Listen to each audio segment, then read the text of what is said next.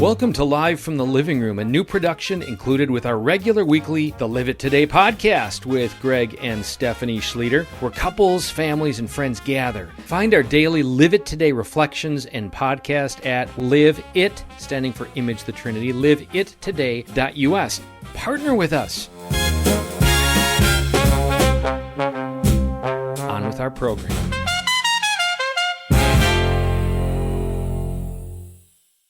I want to start with a very personal story, and this would have been what I said about what I will be eternally grateful for, and that is when I was a little girl. I grew up in a loving family, but a very quite poor family. There was not a Bible in my home.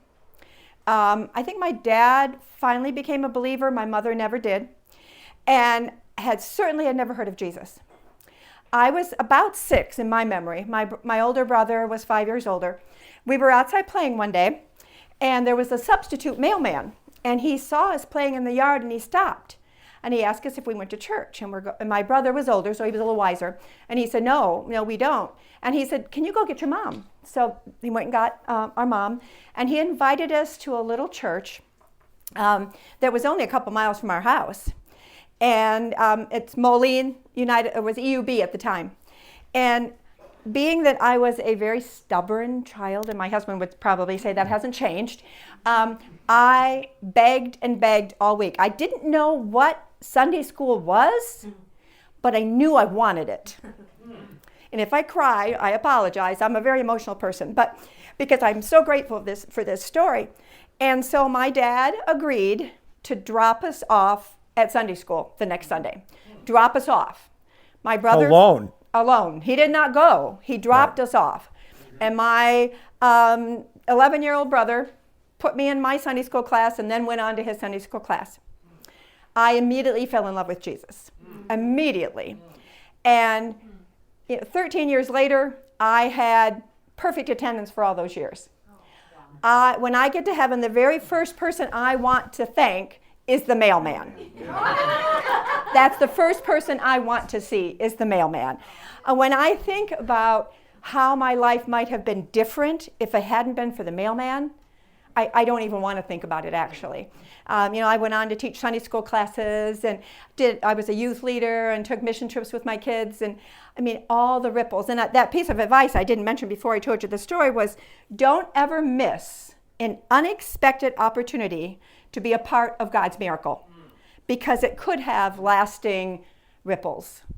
And that mailman took an opportunity, a very simple thing, to invite 2 children to Sunday school. And the ripples will go on forever. I love that story. Okay, and they're big ripples. They're big ripples, because you were the youth leader in that church, you were the youth leader at Grace for many, many years, and you went on to be a Christian counselor. Yes, and I'm an LPCC, licensed professional clinical counselor. We ran a wellness center together, and I am a Christian counselor. So, okay. She actually was my counselor, and I was a mailman at that time. You've probably heard the story, haven't you, Joe? Yeah. The mailman story? Well, thank you for saying that. Great. And then the second evidence of a small thing, and I think, Greg, you kind of stole my thunder here on some of the things you already said, but my husband went on as a replacement doctor with like a couple of weeks' notice to Haiti. Someone knew that he was a doctor and asked him to go because their doctor had canceled out because he was sick. So Jay went, and he tells the story about how nothing ever made more sense to him. We had gone to Trinidad on a mission trip the year before, and I had done lots of local mission trips in the United States with my youth. And he said, Jan, you got to see this. So we went back with another team. I fell in love with Haiti. And then the rest is history. So we kind of wandered around a while with doing other things. And then I know that God told me I was supposed to build a school. It was very, very clear to me that was supposed to be our mission. If you had told me, a few years before that I was going to be involved in Haiti, I would have told you were crazy. We were already old. We were not young. Yeah, it's been, that was in 2003 that we started working in Haiti. So we were already, not young people. So we had met this man on our first trip when we decided we wanted to build this school. And we said we wanted him to find a place in Haiti that had no education, no water, no jobs, and a lot of voodoo. No hope. And no hope, right. No hope. And Nixon is his name. And he said, oh, I've got just the right place for you. He said, but you can't go there. And I said, what do you mean you can't go there? And he said, he says, it's just a very dark place. It's a very dark place. Got gangs and just awful. Tough environment. People failed there before. People have tried and failed, and the voodoo is all over the place. And I said, perfect. That's what I want. And I said, crap. And Savanette did have a lot of voodoo. Yeah. It does not now. It does not. This is, I didn't plan on saying this, but this is a Catholic group, and in Haiti, Catholic doesn't mean what you think it means. And maybe many of you know this, but Aristide was a Catholic priest. No, he wasn't. He was a voodoo priest.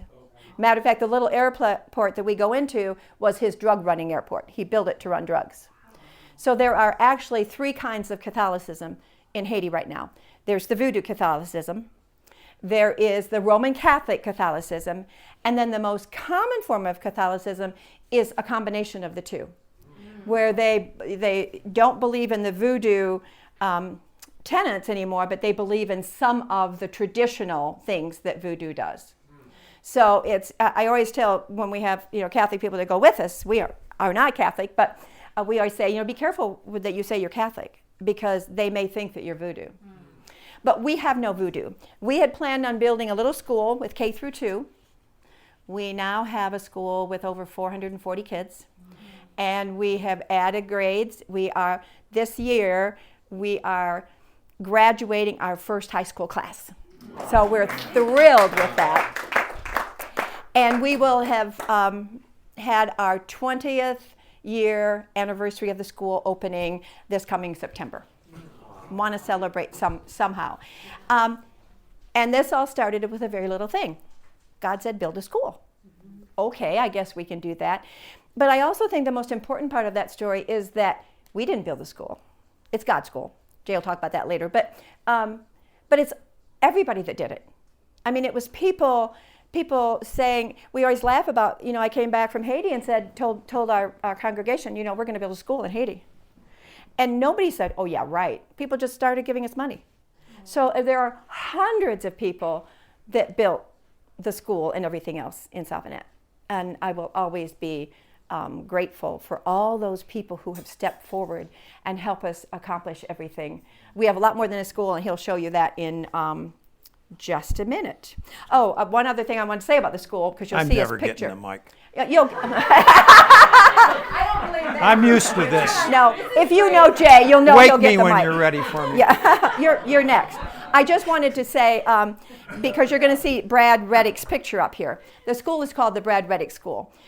When I was a youth leader, I was working with a man by the name of Brad Reddick. He has 8 children, but he's not Catholic. But he has 8 kids. And he was we worked on youth work together, and he was an incredibly Christian man. He was so supportive. And he passed away before the school opened. And we knew we had to name it after Brad. All of his kids, except the oldest, have been with us. His wife has been with us several times. But it is such a legacy for Brad. But you'll see his picture. So do you really want a turn? I do. Okay. I'll take a shot at it. Okay. This was walking up to a well that didn't work on the land that we ended up buying to be the site for the school. And interestingly, although he denies it, that's the man who runs all of our operations today. He's still very tall today.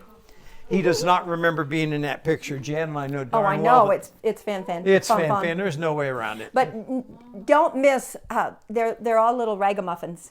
Look at the holes. Those are very the one little girl, I'm not even sure what she has on in the front. And we're at the base of the mountains in a very large desert. And not only is that what the road looks like, but that's what the fields look like there. It's a very difficult place to live. Okay. And that's the school when we opened it. Nixon biked out there and managed the construction. And there's Brad Reddick. And I'm only going to spend about 5 minutes doing a travelogue here, and then we're going to get back to our agenda, okay? That I want to get you oriented. And that's the school today. We've made over 1 million muffins. Consolidated Biscuit made that oven for us out of stainless steel. It was a game changer. And that's our upper class uniforms. And have you ever seen kids this excited about a notebook in America? Wow. Yeah, okay, yeah. This is a very quick 40-second tour of the farm. The only time I got my drone to work. Before you crashed it? Huh? Before you crashed it? Before I crashed Okay. it, yeah. We're looking down at the guest house with the conference center on the right. And that is all its own courtyard for the guest house, which houses 26 people. And we can see we're doing a lot of construction because we're priming steel there. And that's my fish streams many years ago and my concrete fence post that I invented. And way off in the distance, you can see surgery and the school well beyond the end of the fence post line. And then I'm going to make a hard turn to the left. Those are my dormitories once I learned to do it. And there's the north courtyard, which is work, and the conference center. Which you'll see more of later. Yeah, you'll see more of that. And this is the guest house. We live under that porch, which is out of the sun. And this is one of the weddings that we had in the conference center. And the most important thing that happened, and this took us 6 years, is we managed to get the money to drill a well in the community. And then we were blessed with 200 solar panels from First Solar. And without those 200 solar panels, nothing we did would have happened. It was central to what we're doing. The first water from the well. Holy mackerel! We're really lucky that came out mackerel. We really are. It could have gone badly. And that allowed us to start to learn how to use this land, which was very, very dry. Okay, I have 40 acres of drip irrigation down there that I've really never gotten out of the containers much because we're now working on a new plan. And we've had a clinic since about 2 years after we started the school, and we have 2 auxiliaries, those are nurse practitioners, that see patients 2 days a week for free with free meds. And beside it is my future surgical center, which is going to be my largest project. I have surgeons waiting to use it. And my next trip, I hope to have it completely done. I put all my work into this on the last trip. You can see what happens when you cut apart shipping containers, and on the right is what happens when you put paint and put down vinyl floors. And this is my favorite scripture, if you've not read the Lorax, okay, Dr. Seuss. But now, says the once learned, now that you're here, the word of the Lorax seems perfectly clear. And unless someone like you cares a whole awful lot, nothing is going to get better. It's not. Okay. That's yours. I'm back on. The next one that I have, the piece of advice that I would like my grandchildren to know, is that there's always a chance of redemption. This man is Angelo.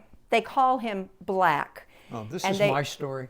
This is not your Oh, story. this is. This is my story. Oh, it is your story. I'm sorry. I'm not going to be long. Take control. Seize the reins. I let you do 2 things Okay. at once. This is one of the first work teams that we ever hired.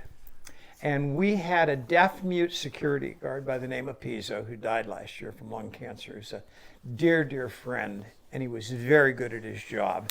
And at one point in time, Angelo came out of the container, and Pizzo made his sperm whale noises and went and pointed at Angelo.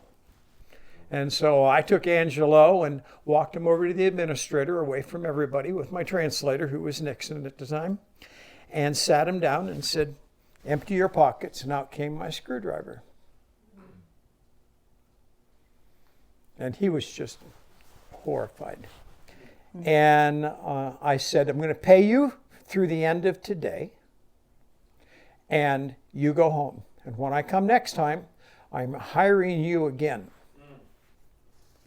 Don't ever steal from me again." And he said, Doc, well, okay. And he left. And today he's my main partner in Haiti when we're doing projects. And if there is a man who would take a bullet for me, it's Angelo. And he's the most honest man I know. And you never will see him from the front because Angelo is always working that hard. Okay? He just never, and you can see he's a very thoughtful guy. Okay. Oh. You can tell that story. No, go ahead. And we were trying to learn the names of the men in the community. So we would take photographs of them when we gave them their T-shirt. And then we went home and we had them hold a chalkboard with their name. And then we made up little cards that were on papers that people could flip through so the team could try and have a hope of learning 50 names, which no one's worse that than me. Any of you who have ever been patients of mine know it takes me about 5 years to remember your name. And so that's Jim Reddick, the youngest of the 8 Reddick boys. And he had this sheet with the 6 men on it, and he gave it to Angelo. So Angelo had his own picture, a very rare thing in Haiti. And he and Angelo have been great friends, and Angelo always asks me when Jim's coming back. Well, the part of that story you missed, though, is that Angelo was thrilled with the picture of himself because he never had a picture of himself. Oh, that's right. But he gave it to Jimmy. He gave it back to Jimmy. So that Jimmy would keep it.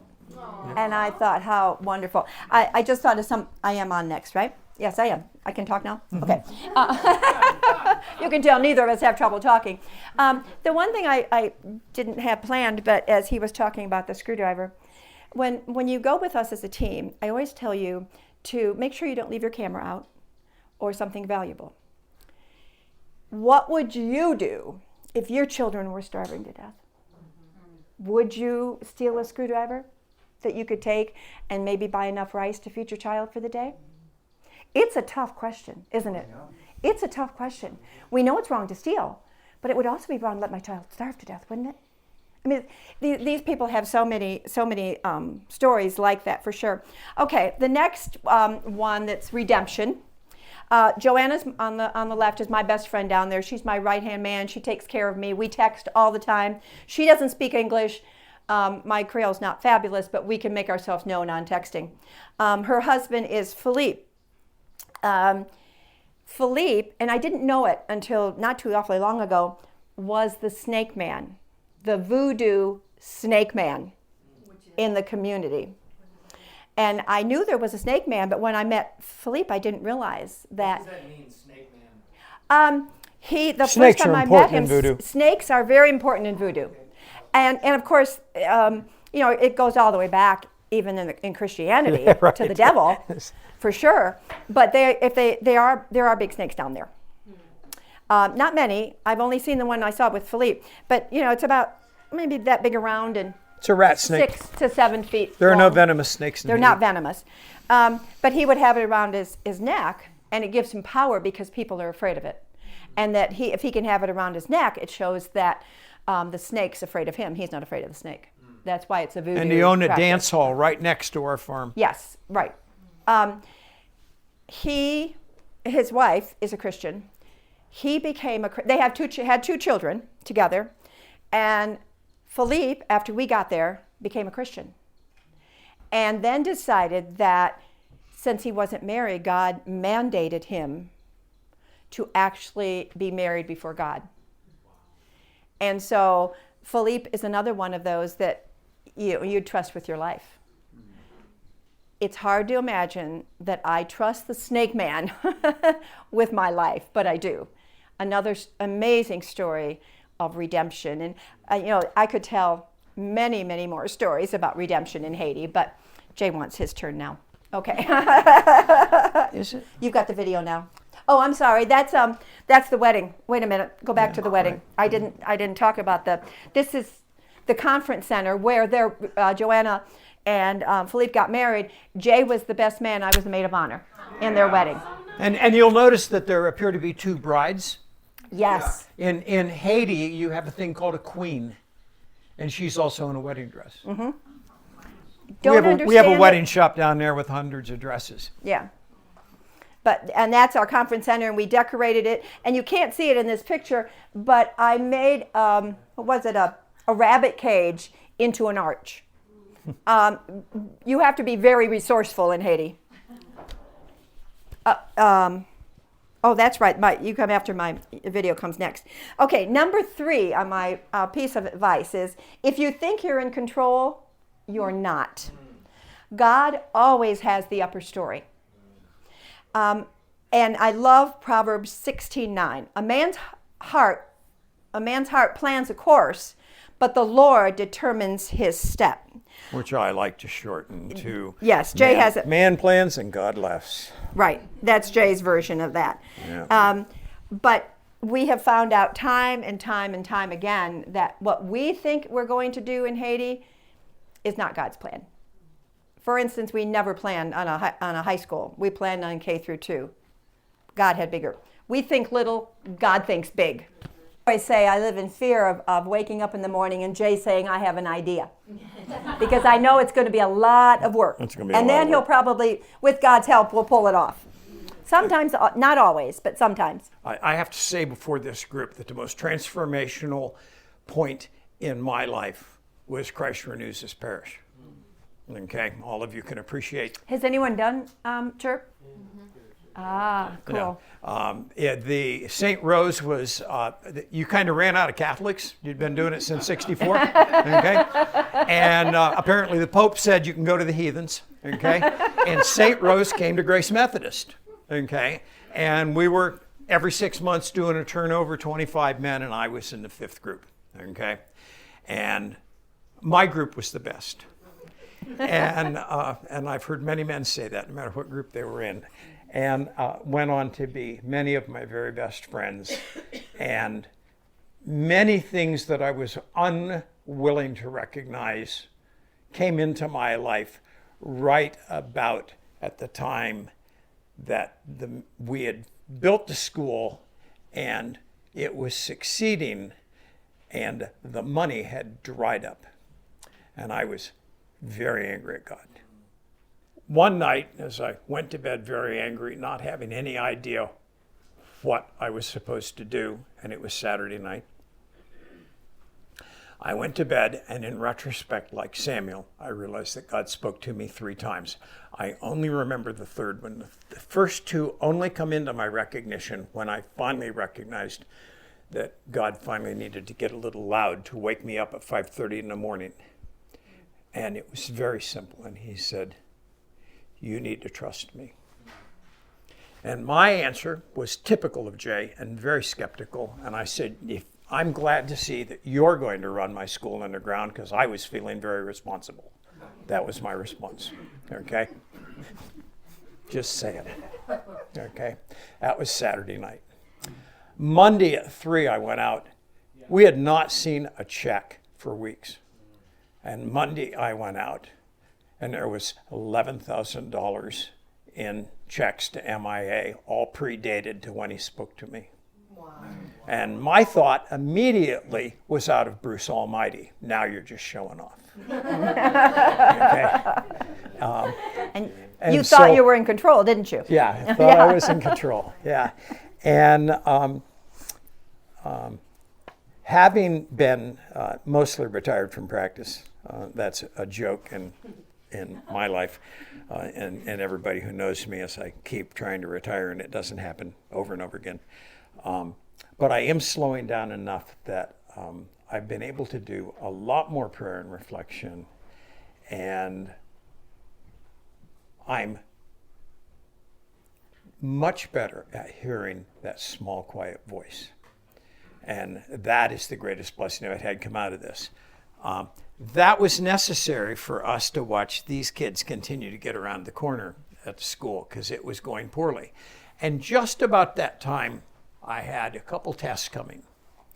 And one of them was that for no apparent reason, this is called a Lister. It's a 12 horsepower single piston generator made in India, originally invented by Diesel and Diesel's protege Lister. And it's very low maintenance.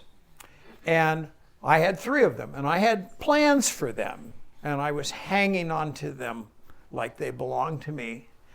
And this voice told me, there's a well at the school that doesn't work. Why don't we take one of your precious listers down there and put it in that orphanage, and the community will have better water.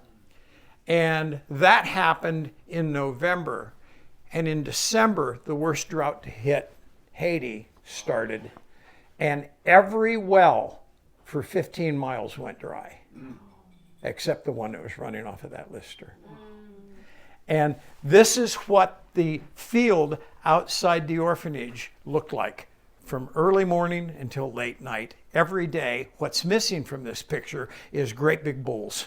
Every man who had a pair of bowls brought them and staked them to the ground someplace on this land and stayed with them for weeks and kept them alive by bringing them to the water when people weren't there. And so when I finally read the book of Esther, obviously the line that stuck with me was for such a time as this. And so we had another one of those. And it was, should be 17. I'll get it. Oh, okay. I know what I'm doing. Okay. I know I don't look like I know what I'm doing, but I do know what I'm doing. And was 17, was Matthew? 16. 2016. In 16, we had an agonizing month. If any of you remember Hurricane Matthew, it was the largest, most dangerous hurricane ever recorded on Earth. Not because it wasn't Cat 5, which it was, okay, but because it was moving at 3 miles an hour. And it took 2 agonizing weeks for it to get from below Cuba, across Cuba, and cross right over our farm at 190 miles an hour for 9 hours. 4.5 hours of wind in one direction, 4.5 hours in the other. And Jan called up our island coordinator and said, "You're not ready. You need to get out on the roads and tell people they must come to the conference center." I built the conference center, welded everything in squares and welded everything together because I knew there was a risk of hurricanes in Haiti. And I didn't want to lose my containers. It's all about me. And I said, Fan, you've got to get all the people in the Savanette to the conference center, and you can't wait until the wind gets too bad because they won't be able to move. They'll hunker down in their homes, and it will go very poorly. This is going to be terrible. You need to get everybody. And he said, Dr. Nielsen, it's just wind. And I said, do you remember when we were on I-75 going north and I had you put your head out the window?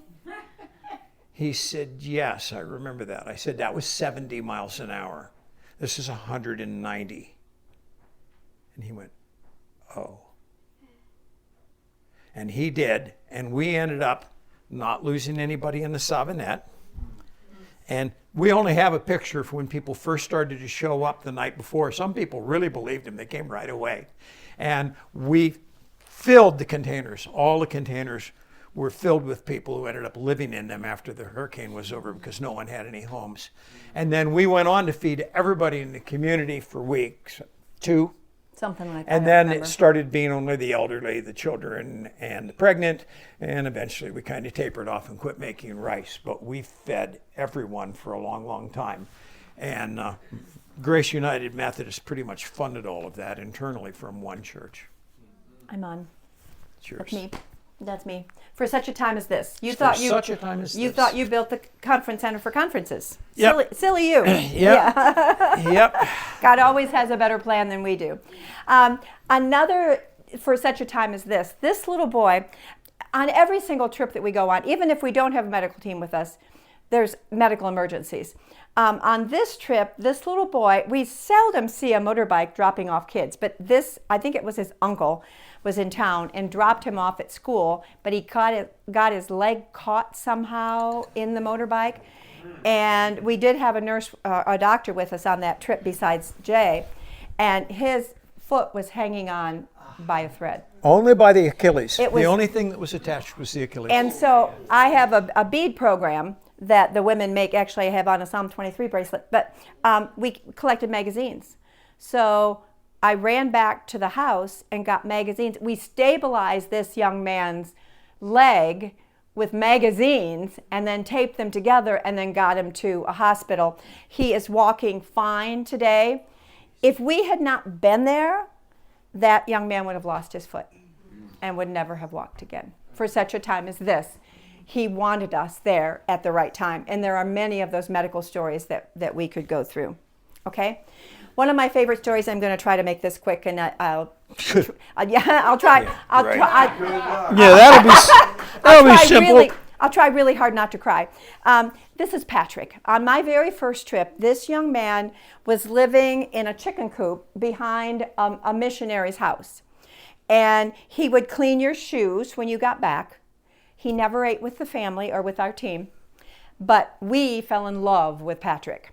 And he was a slave. Yes, I'm getting to that. Okay. I know what I'm doing. He said that to me, didn't he? Patrick, this is not even illegal in Haiti. There's a huge percentage of children who are what we call restivec, and it means stay with.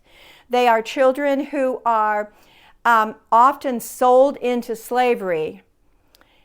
And it's a hard concept to understand because these slave traders will come out to a community and say, I know you don't have a school here, so if I take your child back, I know a family in town that wants to educate your child. And the family will take a little bit of money, not because they don't love their child, but because they do, and they think they're going to be offered a better life. And of course, they never see them again. Because it's not a better Girls life. are all sex slaves. As little as 10, the girls are sex slaves. It's not illegal. We found out after we started our school in Salvanet that Salvanet was a huge slave trader place because there was no school. And it was remote. And it's remote. The kids And the could people never who lived find, there didn't know where they were from. and they wanted their kids educated desperately. Right. And these kids were taken into town and never to be seen again. And we've seen a lot of Restivics in town, which I could tell you lots of stories about that too. But Patrick was the sweetest man, and the people told us that he was living on the street, so they took him in, but yet they didn't treat him well either. Okay, next one is the one, we love this picture. Patrick melted into us. I'm sorry if I keep getting in your way here. Patrick just fell in love with us. I really think Patrick felt like he was loved for the first time.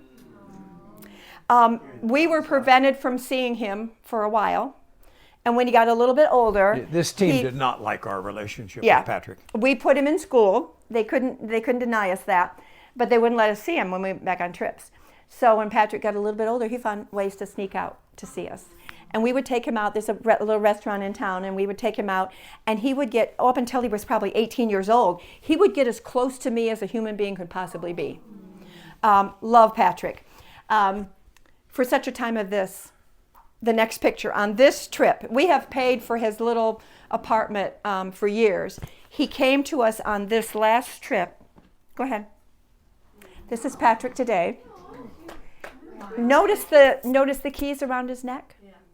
He has a fabulous job driving a hearse, and he works for the funeral home in town. Most people don't have driver's licenses in Haiti. Our little Restivec is a success. And he said to us on the last trip, you don't have to help me with my apartment anymore. So that's definitely a success story. So I could talk about Patrick forever, and I made it through without crying. That's new. Okay, this is our motto for our trips. Blessed be the flexible, because they don't get bent out of shape. People often say, well, we want to go with you, but we want to know exactly what we're going to do. And I said, well, I could make it up, but it probably won't be what I tell you. Or we also refer to it as, you never know when someone will tear a hole in your roof. Do you know the scripture I'm talking about? When the 4 friends couldn't get through to Jesus to help their buddy. Exactly. And they took a hole through the roof, and they lowered him down into the roof because they cared so much, because there was such a crowd. Okay, Dave, pick up the story. The same trip as we met Patrick, which was Jan's first trip and my second. we worked with local churches and gave out tickets to a medical clinic because we did optical with Carl. We had a medical student with us. We had me. And it was the wrong way to do medical clinic. Right. I would never do this today. We tried to see as many people as possible, as fast as possible. We were definitely not the hands and feet of Christ. And we had security. And this guy right here, this bad guy, he didn't get a ticket. And he was bound and determined that he was going to get in, had his son in his arms. And security was mad at him, Jan was mad at him, I was mad at him. All of us were missing the fact that this man was tearing a hole in my roof. And finally, he roped his son to his chest and climbed a downspout to the second floor of our building, which was empty because we were using this building. It was a school, they closed it for the week so that we could have this clinic, and then came down the stairs into optical. And everybody was mad. Okay? Everybody was mad. This guy broke in the system, and I went, look, just end this. He just wants to be seen by me. Just put him in the next person in my line, and I'll see him. And you can see that this young boy has some kind of either an eye injury or maybe a birth deformity, and it was weeping and had pus in it, but one way or the other, this was a blind eye. I knew that. And the fact that he thought that I could fix this is kind of typical of Haiti. Okay, healthcare is pretty magical down there. Okay, it's, they think that an American doctor can do anything, And I had some eye ointment, and I gave him eye ointment, and indeed the next day we ran into him over at Interhydro Lake, and he thanked me because his eye wasn't weeping anymore. Still blind. Okay. I would hope today that I would have heard that man tearing a hole in my roof. He would have done anything again to get his son. The man didn't want to be seen. He only wanted us to see the son, and he would do anything to get that son seen, just like the friends in Scripture. I think this is my biggest challenge, because God could whisper in my ear and say, "What are you doing, Jay? You're stupid." And we could have that conversation. But I have my own personal responsibility to tell when people are tearing a hole in my roof. Okay? And it happens every day. As Pastor Bill Ruman used to say, I think I ran into Jesus at the mall today. Mm-hmm. We all get those tests. Okay? But having the discernment to recognize that the fact that you're disappointed with how things are going, the word crisis means in its root definition is an opportunity for growth. Okay. And boy, have we grown. Yeah, because we get a lot of crises. Okay. And I'm to the point where I've finally learned I don't know what's going on here, and I need to shut up, and I need to go get a cup of coffee, and I need to sit down, and I need to decide what I am doing here. It would be good if I were prayerful about that, but it would be a good start if I were just thoughtful about it. Okay? Because eventually I thought my way through this project, and kind of like my attitude towards God when he gave me all that money was, hey, I deserved it. Okay. There is always a time on a trip. That's the scripture. That's the scripture. There's always a time on a trip that Jan has a meltdown. Always. Something that really touches my heart so deeply that I just completely lose it. This is one of those times. It used to be, it's not anymore, but it used to be my job. When we go, we hire workers. They make $10 a day and they get lunch. And that's a really good wage, but they work really hard for that money. And usually there's a lot of men that want jobs. There's an example right there. Yeah, they work hard. Go back to my other picture, though. Yeah, they work hard for their money. We would give them a T-shirt as well, and it was usually my job to pass out the T-shirts. And as long as the T-shirts, we knew how many people we had money for, and that's how many I would hire by giving them the T-shirt. I ran out of T-shirts with many, many men left, and I walked away a little bit. And in a few minutes, I don't remember how many, maybe 4 or 5 men came up to me, and they said, we want to ask you something. This was a November trip. I won't get through this one without crying. And they said, we've talked with all of the workers, and we want to propose to you that we will take less money, $10 a day, remember. We will take less money if you will hire more people. Where in the United States would you find that? These men wanted their friends to have a little bit of money too. Well, I was sobbing, absolute sobbing. And of course the Haitians never know what to do with me. But I mean, this time I was really sobbing. And I went over to Jay. It was scary. I scared him I because was he sure thought somebody was something dead. He thought something was really had awful happen. And I told him the story, and he said, just hire as many as you want and we'll find the money somehow, which we did. So we went back, I went back and I hired more men. But the selflessness of that is amazing to me. When you have to realize that these men would not have had another opportunity until we came back for a job. Unless we do hire people. We hire a lot more people now. And it's important to during the realize time. that they're going to work for 5 days. They're going to get $50 US. $50 US is a very common annual rent for the home you live in, the whole year. Yeah. So these guys were volunteering to give up a certain opportunity to make their rent for the first time. Well, and this was, they mentioned when they told me that Christmas was coming and they needed money for Christmas. Now, in your mind, you think, oh, well, yeah, they have to buy presents for all their kids.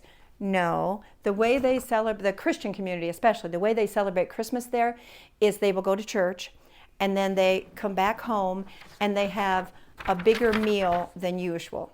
That's how they spend the money. And a bigger meal means that you have maybe 2 cups of rice instead of a cup. And maybe you'll put beans or maybe a little fish or something like that with it.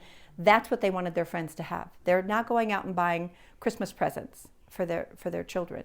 They don't do Christmas trees, they don't do presents, they do none of that. They just go to church and come home and eat in a community. And go to church. Go to church. Church is incredibly Number important 5. to them. Number 5. Do we have the other slide on there about my quote is, okay. Why don't you put the quote up first before I go to number 5? I love, this is one of my absolute favorite quotes attributed to St. Augustine. Without God, we cannot. Without us, God will not. God wants us to be a part of his miracles. You can look at the feeding of the 5,000, feed my sheep. I mean, there are so many scriptures that support that. But God could build a school in the Savanette if he wanted to. But it took all the people coming together to do it. My number 5 is be grateful for choices and use them wisely. I want my grandchildren to understand that. Now, and if you will bear with me for a minute, I'm going to read for you what I wrote. We were there the whole month of January. We had not been able to get in because of all the gangs and the airport being closed. But they opened a little airport next to us, so we were able to get in January and spent the whole month there. I wrote this right before we left Haiti, and it's all about choices. And I probably won't get through this either without crying, but bear with me. After almost 4 weeks, we are leaving our beloved Haiti. My emotions are varied and intense, but I would be less than truthful if I did not admit that I'm looking forward to all the comforts and routines at home, even if Perrysburg has been almost 90 degrees less there than here. It was when you guys had that whole snowstorm, we were in Haiti. A dear friend asked me last week, what is the first thing I want to eat when I get home? My answer on the spot was quick and easy, protein. But all week after that, I thought about my answer, and I realized it's not about what I would choose. It's about having the ability to choose. What I eat, what I do, where I go. It's about our expectation of having choices. When I'm home, I go to the pantry or the refrigerator and choose from a plethora of yummy options. If nothing there appeals to my whims, I go to Meijer and choose from thousands of items. Or if that still doesn't satisfy me, I have dozens of restaurants nearby that will appease any palate. In Haiti, I have eaten so much spaghetti and Spam brought from home, I could have nightmares about it. When my selfish side is less than grateful, I feel guilty and spoiled. My Haitian friends have incredibly few choices, and to them, Spam is a luxury, really. Cupboards are virtually non-existent, and no one has a refrigerator, since of course that requires power, which no one in the Savonette has access to. The store, and that's in quotes, is an open window in front of a 1 or 2 room house that sells small bags of rice, flour, sugar, milk, canned milk, and sometimes little crackers, and of course the infamous spaghetti. To reach a larger store in Kais that is smaller than my basement, they would need to hire a taxi, which is a motorbike, or walking there, which most people do, would take hours. And I'm tired of spaghetti. If I need a doctor for any special problem, choices are only a click away. Here, medical care is costly and dreadful. This trip has proven how helpless they are and when there's a medical problem. A woman came to us with a wrist about 10 times normal size. They took x-rays and told her to not use it. The incredibly helpless feeling we have is overwhelming when they think we can solve any problem. Then there's George, a 6th grade student at Brad Reddick who's been sick for a year. Mom brought him to us and said the doctor only told her he has a blood count of 8 and he shouldn't go to school, just rest. With the medical help here, Jay is baffled by what's wrong with him. Another father was told he has a kidney problem when he had trouble breathing, but there's no x-ray. There were other cases, but the point is, my Haitian friends have no choices in the medical area either. I haven't missed TV, but I can choose from hundreds of programs if I want. With no power, there are no TVs here. Many people do have phones, and we have charging stations for them since their phones are their only contact with the rest of Haiti. How many times do we listen to people complain about their jobs? Here, people will do anything we need and are thrilled with $10 a day, which is more than the minimum wage here. It's not a choice. It's a necessity to feed their family. If I'm a bit hot at home, I turn on my air. If I'm just a bit cold, I turn up the heat. Choices. If I need a shower, I don't have to carry the water for half a mile to take a bath in a bucket. If I need something new, I go shopping. Amazon doesn't stop in Haiti. If I want to read or work at night, I turn on a light or two in any room I choose. I don't have to find the candles or just go to bed. Of course, I will be content to return to my many choices after I'm in Haiti, after I come home from Haiti. I often wonder, though, if I pity them or envy them. Do my choices increase my faith or detract from it? Am I more grateful for the many choices, or do I neglect gratitude to God? Do I handle little inconveniences with patience or annoyance? Do I expect everything to be at my fingertips, or am I able to be content in all circumstances? Dear gracious Father, help me have a simple faith like my Haitian friends. Help me use my many choices to your glory. It's getting dark. I so much want to be grateful constantly for your provisions in my life. Thank you for the privilege of having Haitian friends in my life who teach me more than I could ever teach them. Amen. Sorry about that. I can't say enough of gratitude for you bringing to us the reality that we didn't deserve what we have. To be in the top 0.1%. We didn't deserve it. Right. We were brought by God's grace into this, and you opened up for us, hopefully, a little awareness of, are we truly grateful? Right. How easily we get bent out of shape by small things that for them, the worst of it would be their hope and dream and wonder. But I'm just really blessed. I think that the one thing I would just say that I'm challenged by personally in our marriage, our family, again, just this mansion and, whatever, is the simple idea that we're blessed to be blessers. It's that simple. Mm-hmm. We are blessed by the blesser to be conduits or instruments of his blessing. And that mindset is the greatest grace we could possibly have where we're at. And thank you just for your yesness to the. Let me ask this before I open it up to questions or conversation. What's the need right now? Do you have needs? Because Steph is ready to write a check for $3 million. Well, that's good news, because I'm going to get my BUV factory then. There you go. Where's it at, like this mission right now? Just what is the need? Oh, it's all economic. It's all economic. It's all money. The other one is we need to open the port. I have a shipping facility that's got enough stuff in it. We have managed to get one half of a massive playground down in the last container during a brief interlude when the port was open. And now I need the other half to put the playground up at the school. And I have critical things for surgery that are sitting in my shipping facility. So one of the things then that we need for that is prayer. Yeah. That the gangs lose their power and Haiti can function again. We didn't describe where we're at either. We're if Haiti is shaped like this, Port-au-Prince is here, and we're down here in Kais. 160 miles away. Yeah, so we're a long way. We don't have any gangs at all where we're at. We're probably safer there than we are in downtown Toledo. Yep. Give, since this may be on whatever radio podcast, direct us to where people who are hearing this can help. Missionsinternationalofamerica.com. Missions Internationalofamerica.com. Or Facebook. Facebook is much more up to date than the website is, because I put things on International Facebook. of America. Yeah, same thing. Missions International of America on the Facebook, because that I post more often on than I do on the website. Okay, questions? Comments?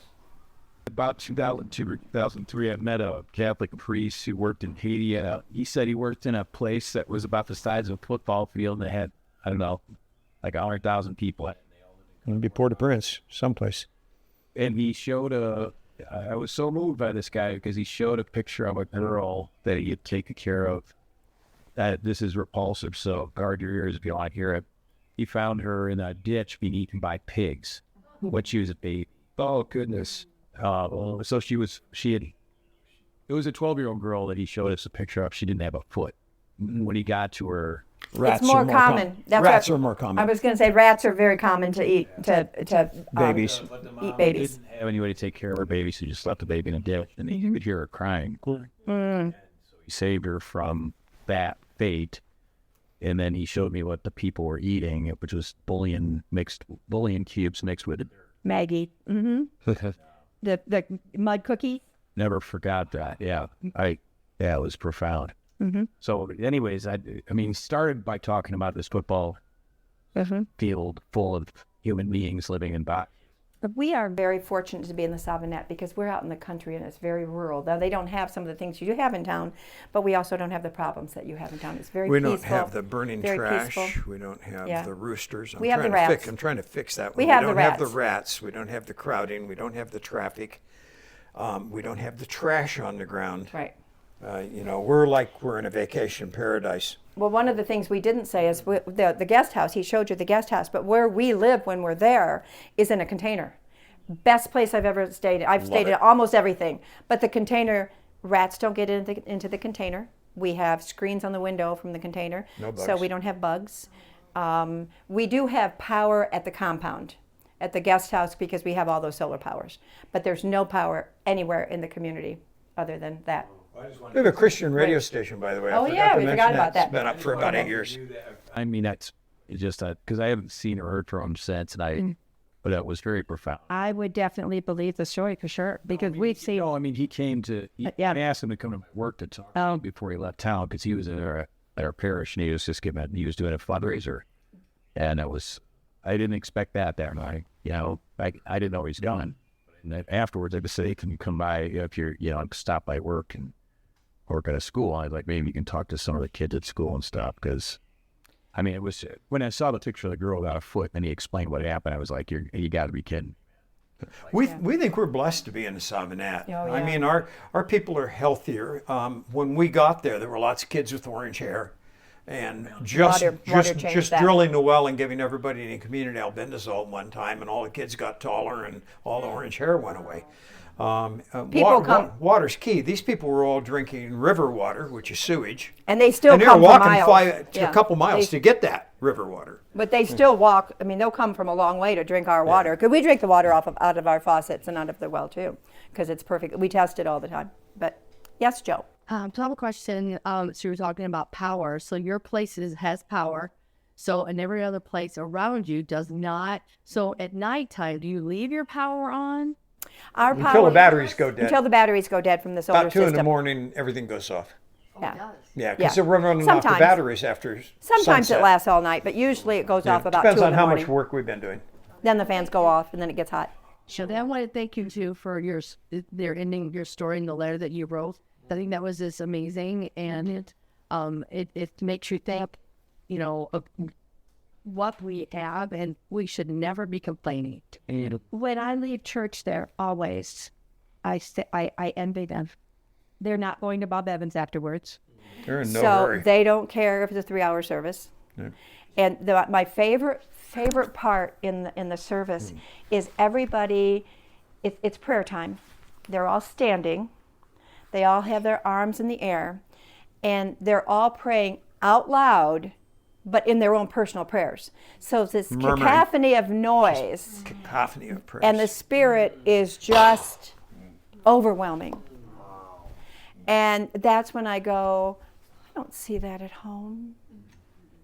And I envy them because they have, this is their event for the week. And they are worshiping with their whole heart, and they have nothing. And they show up in a perfectly white dress that they ironed with a Charcoal charcoal iron in a dirt floor. I never, And I don't know I don't where understand they that. keep that dress. Yeah. There are lots of I don't things get that, it. well, there are lots of things like that I would Lots like of to be, mysteries. I'd like, what Jan says, I'd like to just follow people home and watch them. just watch how they do everything. You know, how they do daily. And they always say, oh, I have to go home and take, because the workers, they're working all day and they're sweaty. It's hot down there. And then if we ask them to come to dinner, they say, oh, I have to go home and take a bath. Well, you know what bath means, right? No, you don't. Not in Haiti. It's a bucket. It's a bucket. And you take a bath in that. Nobody takes, we do have our very first public latrines and showers that people can use in the community that a church in Waterville paid for.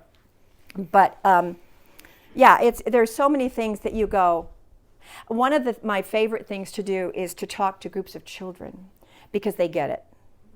They haven't been tainted by the world yet, so they get it. And their questions are amazing. They don't have any filters. They just ask whatever. Well, how do they go to the bathroom if there's no toilet? What do you think they do? And then usually their little eyes will open wider, and do they dig a hole? We go down to our little PowerPoint, and we're real proud of ourselves, right? And we've got all these people that are standing in front of their house, and we got all done. And this 5th grader looked up at me and he said, "What are you going to do about that house?" Any other questions? How does it function when you're not there? What's that look Oh, like? Fan is wonderful. He does a wonderful job. We do hire people when we have jobs that we know we're going to do, even though we're here. When we get the money to do a new project or something, we'll hire people when we're not there. We've got Starlink and Zoom. We have Starlink, so they can come. It's been having Starlink and power at the compound has been wonderful because then they can And the come. school. School's got School. 136 Chromebooks. We have Chromebooks at the school now. And a science lab. Which is- No, yeah, we're probably the best school in Haiti, in my opinion. Well, probably And not we in just Haiti, but- opened up a library. At least, we just opened a little teeny library. Yeah. But we have Chromebooks there because we have power. And nowhere else around can they do Starlink's Chromebooks 'cause amazing. we have What's your power. power just from the solar panels. And solar powers. Mm-hmm. That's it. Okay. Yep, How'd that's you it. drill the well? To a company, it's $20,000. I have Okay, 5 they wells. They came in and drilled it. Yeah, it's a 5-inch pipe that's down 200 feet. My pressure head's at 95. And we had Troy come out and do our second one from Water for Life, which is the largest well driller in Haiti. And Troy came out with his team and this brand new drill mechanism, and put my second well behind because I needed it for the farm rather than the community. And we're very careful this is almost second nature to us now, and it's become second nature to our people. Generally, if a team came on our property and were being paid to do something, they would take care of themselves. They would go out to the road and buy crackers and things like that. And we're making them grilled cheese sandwiches and taking them coffee, and We have a propane stove that we cook on. and we're treating them like we see them. I don't know what better word there is, but they're invisible usually in Haiti, Right. and we make those men very visible and cared for. And Troy, when they were all done, it was about 4:30, and he's packing up the equipment, and I said, "Don't leave yet. We've got supper. There's spaghetti." My infamous spaghetti. Yeah. Okay. Was He's still going. with spamming it. He's got a question. Yeah, and that's okay. I'm gonna finish Okay, this story. okay. And Troy said, I've never had anybody treat my men like this. And I said, good. I said, I'm working hard on that. I said, my men were good to your men. He said, yeah, I've never seen anything like it. I said, which is really interesting. He said, thank you very much. He said, what's your 50-year plan? And I said, I don't have a 6-week plan, Troy. Have you looked at He us? said, why don't you go get a Coke and take 5 minutes and give me a 50-year plan? And I came back and said, well, if the first run of raising fish and prawn works, I'm going to just keep going south and replicating it with higher efficiency, because eventually I want to be the largest purveyor of smoked meat in Haiti, because it doesn't exist. There's no preserved meat in Haiti at all, okay? And he said, so if it were your choice, you'd put a well to the south. How far? And I said, every 2,000 feet. He didn't say anything else. 2 weeks later, I got home and got an email from him, and he said, I went back to the CEO and said, we got a lot of pipe that's sun bleached and beat up and a little nicked up and maybe got a little dent in it. And he says, I convinced him to let me have it, and I drilled 3 more wells every 2,000 feet going south. Yes. So you got the wells, you got the pumps? No, I actually need new pumps, right? I'm running off Grundfos that are 10 years old. So that's kind of my question. This is more of a practical, technical question. Is you got electricity for the communications, for the lights, for the Chromebooks, for the the Starlink, the wells, pumps, and those diesel or those electric as well? No, those are all electric. Those electric. Yeah, it's free water. The batteries run out. Well, I can't pump water with batteries.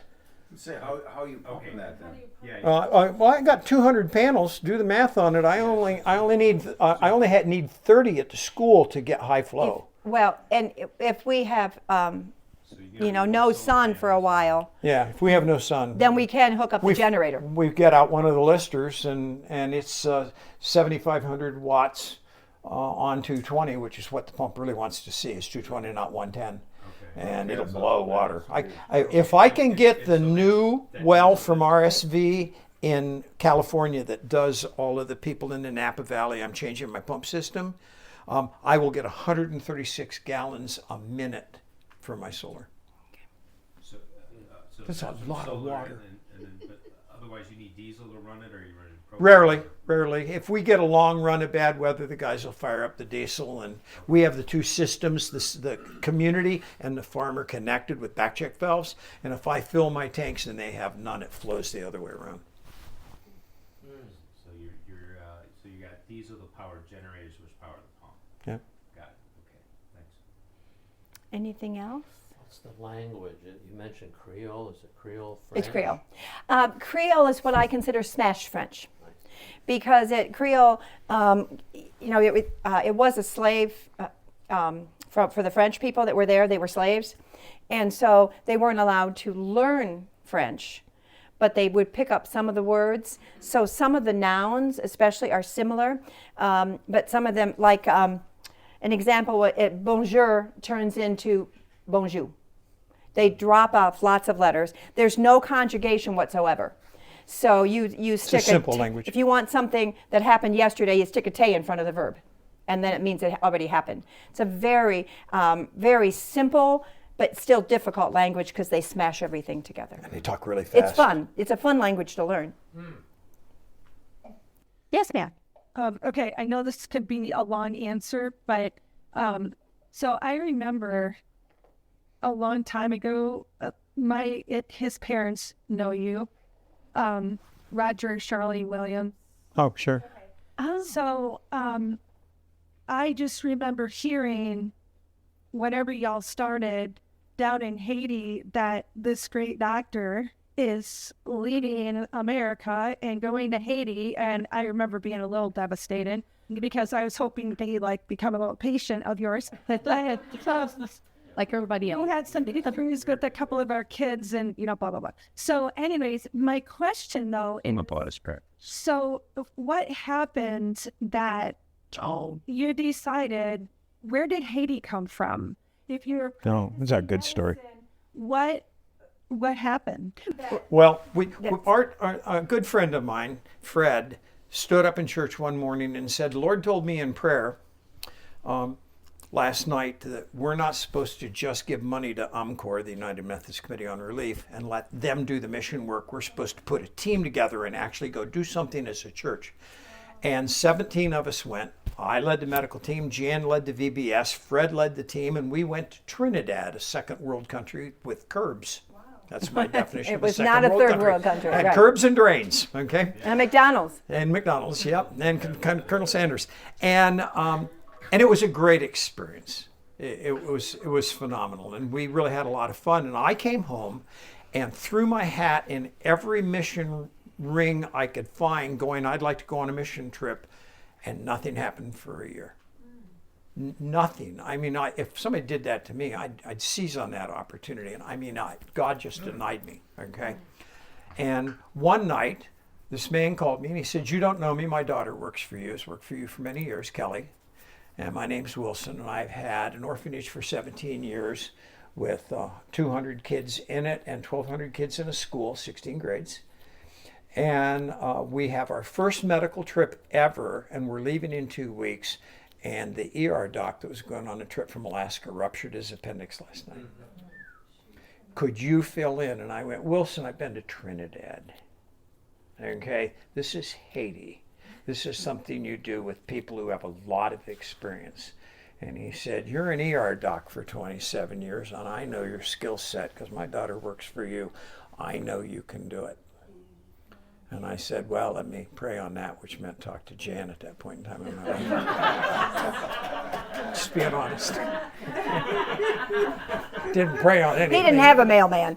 I have a mailman. She's right here. And You have a backup. yeah. And so we said, "Sure." Yeah, that's And the when rest is history. And I Yeah. came home after 12 days in Haiti and sat up all night talking to Jan and said, "You have got to see this. These people have no idea how much trouble they're in. They don't know. They're the happiest people I've ever met. They're wonderful people. And they have no idea how much trouble they're in," which makes me think that maybe we don't know how much trouble we're in. Right, yeah. So yeah, that just kind of happened. So Roger's your dad? That's right. So you're my cousin. That's right. And Roger did all do the you plumbing. know? Yes, that's where I was going with this. All of the plumbing in Haiti has all been put together by Did Roger. you know that? Did you know that your dad? Yeah, he helped probably you get parts list and things figured out. Yeah, he did a lot. The number of projects Roger and I have worked on are phenomenal. And he's got the whole company now trained that he's retired. No, he looks a little like Roger He now that does he look told like me. Roger, Now that yeah. he told me. Yeah. Well, thanks for letting me know that my cousin's in the group. That makes me feel good. Anything else? Yes, ma'am.